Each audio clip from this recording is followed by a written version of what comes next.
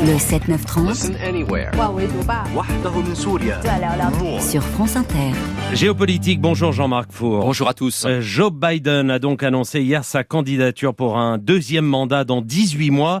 Il aura alors 82 ans. L'âge du capitaine, Jean-Marc, est-il important ? Alors on est d'abord tenté d'écarter cet argument d'un revers de la main. Seule la compétence compte et ce n'est pas une affaire d'âge. Nous savons tous, pardon pour la trivialité de la formule, qu'il y a aussi des jeunes crétins. Dans un monde instable, l'expérience est utile. C'est souvent un gage de sang-froid. Biden l'a prouvé sur l'Ukraine avec une endurance physique hors du commun, comme lors de son déplacement à Kiev. Autre avantage avec les candidats âgés, on sait à quoi s'en tenir, on les connaît. Pour citer De Gaulle, Biden ne commencera pas à 82 ans une carrière de dictateur. Non. De plus, il est cohérent et fréquent pour un président américain d'enchaîner 2 mandats pour achever des réformes structurelles. Biden appelle ça « finish the job ». En l'occurrence, si ça permet de reléguer définitivement à la poubelle la dérive illibérale de Trump, tant mieux.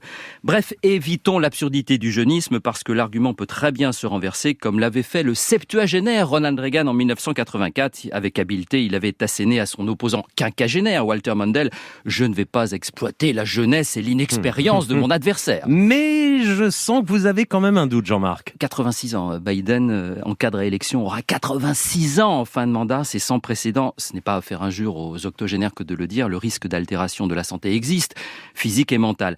Certes, les bulletins de santé réguliers de la Maison-Blanche sont rassurants, mais Joe Biden a la démarche raide, la toux récurrente, et puis il a des trous de mémoire. Il lui est déjà arrivé de confondre la Chine et le Canada, d'oublier le nom du Premier ministre australien, ou de chercher une élue de l'Indiana, décédée quelques mois plus tôt. Donc oui, il y a un doute sur sa capacité à réagir au milieu de la nuit en cas d'urgence, ou à appréhender tous les enjeux de modernité, par exemple l'intelligence artificielle. Et puis ses adversaires, y compris sur la scène internationale, vont guetter la moindre faiblesse, et ça c'est un souci en soi. Même le New York Times, au penchant démocrate, implore Joe Biden de ne pas prendre ce sujet de l'âge à la légère. Quant à son rival Donald Trump, le retour, il n'est pas plus rassurant question âge du capitaine, c'est presque pire. Trump peut tenir des propos bizarres, son surpoids est inquiétant, son père était atteint d'Alzheimer et il a seulement 4 ans de moins que Biden. Jean-Marc, les États-Unis sont-ils devenus une démocratie de vieillards ? Oui, une gérontocratie. Bon, ça vous laisse de l'espoir pour vous lancer en politique aux États-Unis, Nicolas. Mais sinon, entre l'un qui veut m'enterrer. Mais sinon, plus sérieusement, c'est inquiétant. Au Congrès, un élu sur 4 a plus de 70 ans. La proportion a triplé en 20 ans. Moyenne d'âge au Sénat, 64 ans.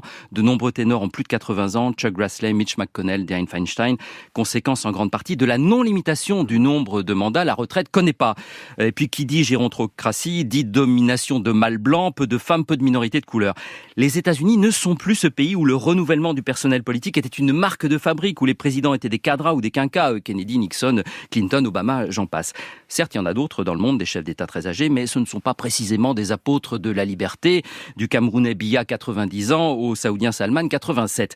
Un remake du match Biden-Trump dans 18 mois serait le signe d'une atrophie croissante de la démocratie américaine. Jean-Marc Four, merci.